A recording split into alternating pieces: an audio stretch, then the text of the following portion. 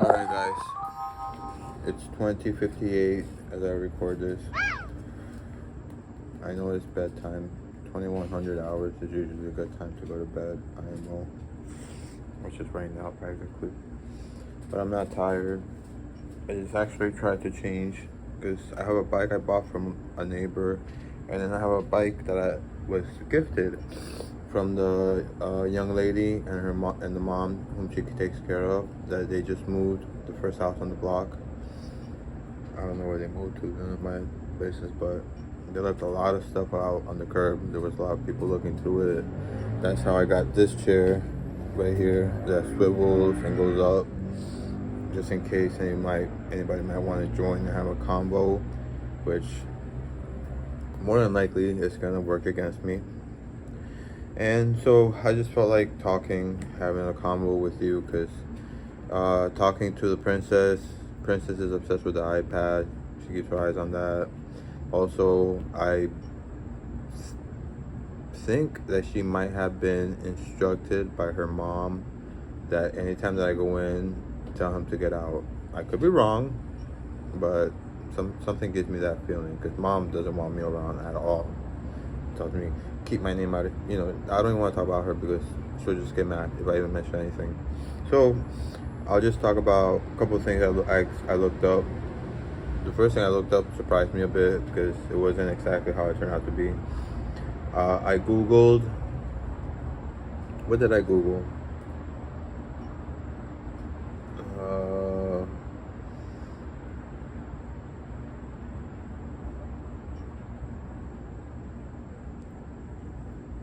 I think I Googled, is anger good for your health? And there is a type of anger that is good for your health. Let me see if I can go to the article that showed me that I wanted to read. If not, then whatever. I did this for nothing. Anger in itself is not unhealthy. They're talking about assertive anger, which the article that I read actually mentioned it. But there was an important part about it that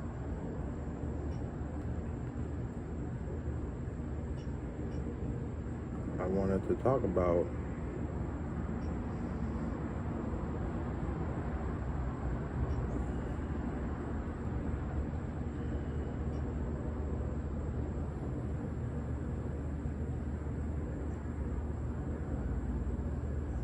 Let's see what this one has to say.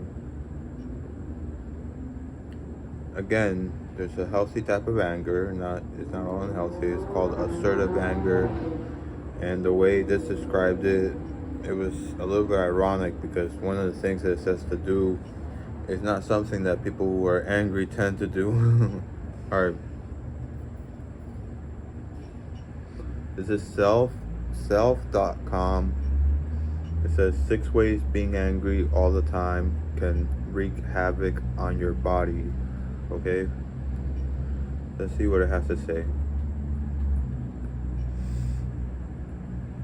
Alright. Think about the last time you felt really angry. That boiling sensation rising in your gut, heart pounding, muscles tightening, and maybe feeling an impulse to break whatever's in your path. Turns out your body really is having a moment. All emotions, the good, the bad, and everything in between, can cause a cascade of physical responses, impacting everything from your muscular and cardiovascular systems to your hormones and nerves. Most of us get angry to some degree on a regular basis. Anger can signal that you were wronged in some way, show potential enemies you can defend yourself, and prime your body for action in stressful scenarios. Anger alerts us to potential injustice, and it energizes us to confront that injustice, according to Ryan Martin, PhD, a professor of psychology. Oh, now it's telling me it won't let me keep reading. Let's go back. Let's see if we can find that other article, because it talked about different types of anger, and it talked about the healthy one, which obviously, trying to be optimistic, I would prefer to discuss that right now.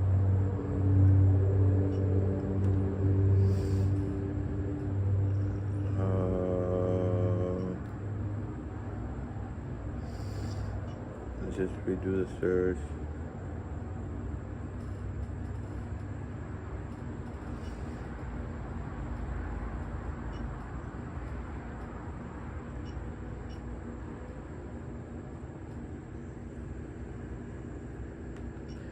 Here's one, but I don't think it talks about a set of anger. This is from everydayhealth.com, and it says 7 ways anger is ruining your health.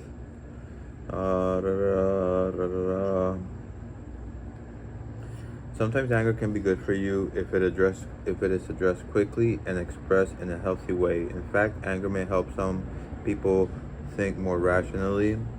However, unhealthy episodes of anger, when you hold it in for long periods of time, turn it inward, or explode in rage, can wreak havoc on your body. If you're prone to losing your temper, here are 7 important reasons to stay calm. An angry outburst puts your heart at great risk. Most physically damaging is anger's effects on your cardiac health. In the 2 hours after an angry outburst, the chance of having a heart attack doubles, says Chris Aiken, doctor of medicine, an instructor in clinical psychiatry at the Wake Forest, or whatever, you don't know about the school, and director of blah blah. Yeah, he's got credentials. Good for him. I guess it holds weight what he says. Repress anger, where you express it indirectly or go to great lengths to control it, is associated with heart disease, #1 killer in our states, says Dr. Aiken. In fact, one study found that people with anger proneness as a personality trait were at twice the risk of coronary disease than their less angry peers. Okay? To protect your ticker, which is probably the most important muscle in your body, identify and address your feelings before you lose control. Constructive anger, the kind where you speak up directly to the person you are angry with and deal with the frustration in a problem-solving manner, is not associated with heart disease and is actually a very normal, healthy emotion, says Aiken. Anger ups your stroke risk. If you're prone to lashing out, beware. One study found there was a 3 times higher risk of having a stroke from a blood clot to the brain or bleeding within the brain during the 2 hours after an angry outburst. For people with an aneurysm in one of the brain's arteries, there was a 6 times higher risk of rupturing this aneurysm following an angry outburst. Some good news. You can learn to control those angry explosions. To move into positive coping, you need to first identify what your triggers. What your triggers.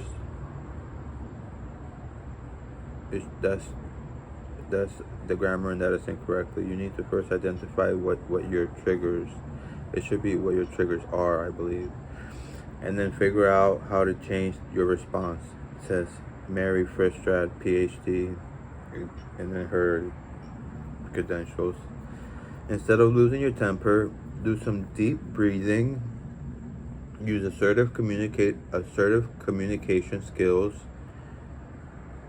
You might even need to change your environment by getting up and walking away, says Dr. Fristrad. All right, number 3, it weakens your immune system. If you are mad all the time, you just might find yourself feeling sick more often. In one study, Harvard University scientists found that in healthy people, simply recalling an angry experience from their past caused a 6-hour dip in levels of the antibody immunoglobulin A, the cell's first line of defense against infection. If you're someone who's habitually angry, protect your immune system by turning a few effective coping by turning to a few effective coping strategies. This is where it is. Assertive communication, effective problem solving, using humor or reconstructing your thoughts to get away from that black and white all or nothing thinking. Those are good ways to cope, said Freestad. But you've got to start by calming down. Reason number 4. I don't want to read all 7. I'll finish with 4. 4 is, send it for free. How do I get out of here? It won't let me. These things, you know how they do. They allow you. Oh no, there's next. All right, reason number 4. Okay. Anger problems can make your anxiety worse. I almost want to repeat that. Anger problems can make your anxiety worse. If you're a worrier, it's important to note that anxiety and anger can go hand in hand. In a 2012 study published in the journal Cognitive Behavior Therapy, researchers found that anger can exacerbate symptoms of generalized anxiety disorder. That's commonly is GAD. That's not what I suffer from. I suffer from that, but mine is worse. A condition characterized in an excessive and uncontrollable worry that interferes with a person's daily life.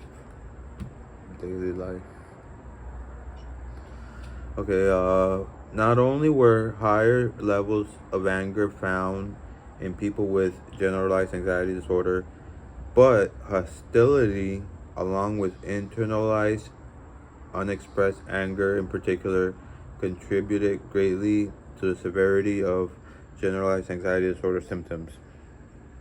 I don't want to read anymore. I really like that article talking about assertive anger and the way to deal with it, because it was rather thorough.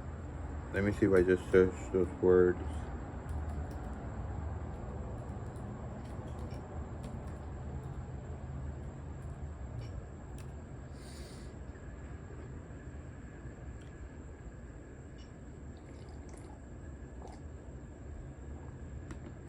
Alright. Also, more important than control your anger, don't do this. Alright? And if there's any kids watching out there,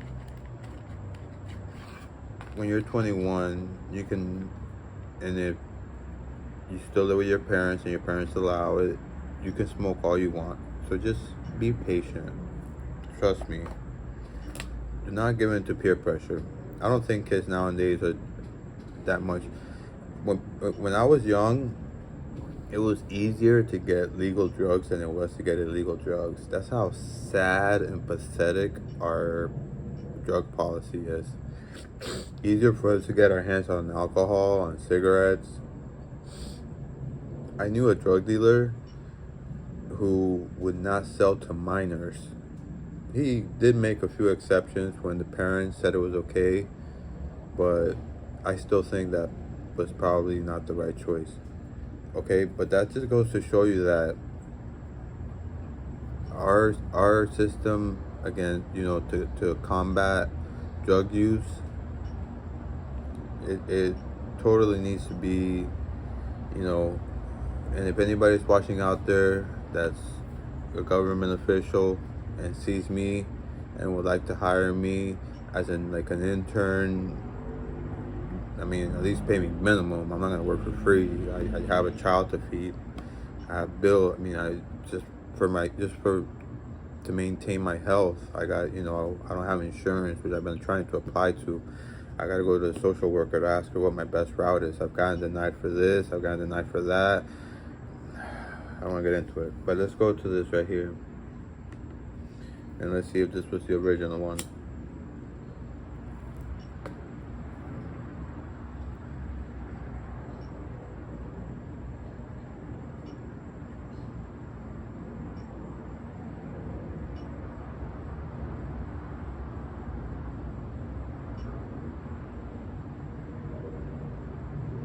Okay, this one just says assertive anger.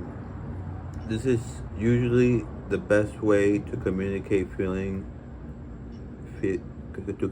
communicate feelings of anger, because anger is expressed directly and not because anger is expressed directly and in a non-threatening way to the person involved. A statement such as, I feel angry when you, ellipsis, and then the quotation mark, is an example of assertive anger. Not close enough to the other one that I saw, which made me laugh because it said something like how an assertive way to deal with assertive anger, and I thought somebody who's angry would not be capable or some people who will get angry would not be able to do that. And it was a way to deal with your anger assertively, which they say is the best way to do it. And yes, anger is a normal part of life. What I really don't like is when people instigate it. That's, to me, is disgusting, because you could have someone who usually doesn't anger easily, and they try their best, to do, just to do right. No one's perfect, okay? You don't get to heaven by how many things you do right, okay? We've established that. I wish I could link different channels, because everything I say is repetitiveness. But, so, even people who do right, they can also, at times, may do something that's not right. But when it's something that is instigated, I find it disgusting. And even more disgusting, I find it that later on, then when the person who instigated it uses it against you to say that, oh, at that moment you lost your temper, you were angry, or you were violent. Oh my goodness, gosh. Wow. And I can't wait to see my psych tomorrow, because I really need to talk to her. I've been going through a lot, and she is a godsend. She's helped me a lot.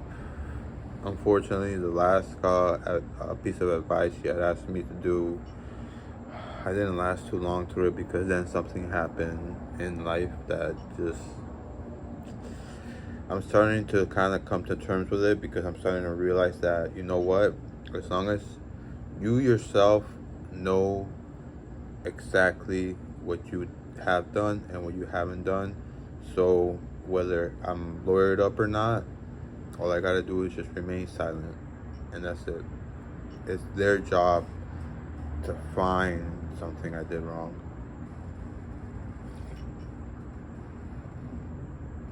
Either that, or it's with the population, whatever is, they got the wrong person. But it's still embarrassing, because I like to say hi to my neighbors, whatever. Human beings need other human beings. But now when I say hi to them, I feel weird, because the way they came to talk to me, it wasn't a talk, it was an interrogation. Like I said, it wasn't a talk, it was an interrogation. They literally were lined up. They positioned themselves as if I was gonna run. what do I have to run from? Okay? I don't want to go to them because I'm afraid that even 24 hours without my daughter would kill me. The only reason I would do it for work is because her mom is just wants her money, and she'll deny it. She'll say, "Oh, have I ever been with you for your money?" But once she gets her money, I guarantee you she'll be happier. Okay? Because apparently what I do for her is not enough. And trust me, it's not like I didn't do it. They did not do anything for her, okay? I've done plenty. And I'm not talking for the princess, okay? She'll have a grand old time going to the store and shopping, buying all types of things we don't even need and it will probably go bad. I'm tasked with putting it all away, plus making the food. I try to be nice to her, so when I offer her with the princess for breakfast, I'll ask her if she would like a drink, so she can take her morning meds, or if I don't know if she takes them in the morning or not. I used to take a couple of my meds at night, and now I have to take them hopefully not soon. Hopefully I can continue back at night because this month was just extremely, between going back to school, between what happened to me, and between just everything else. And there was another thing I wanted to search, but I can't think of it right now. But a buddy of mine I talked to today said my channel's boring, he can't relate to it. So I don't get any comments, I might have gotten a handful the whole time I made all these videos. If anyone could kindly leave any comments to perhaps any type of content they might enjoy seeing, I'd appreciate it. Also, I'm active now on Patreon, and when I mean active, I mean on the lowest tier, you can expect a video daily.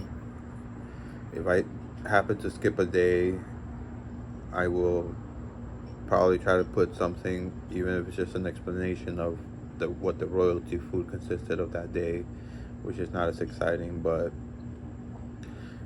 I'm gonna keep asking my daughter for permission to see maybe she could at least make a quick video so you guys can get to know her, but she'll probably say no. I guess, I don't know, she probably thinks my channel is boring like the rest of people, but hey, you guys are watching my life, so that's something. Everybody's life is worth something. So thank you for watching. May peace and love be with everyone. Ciao.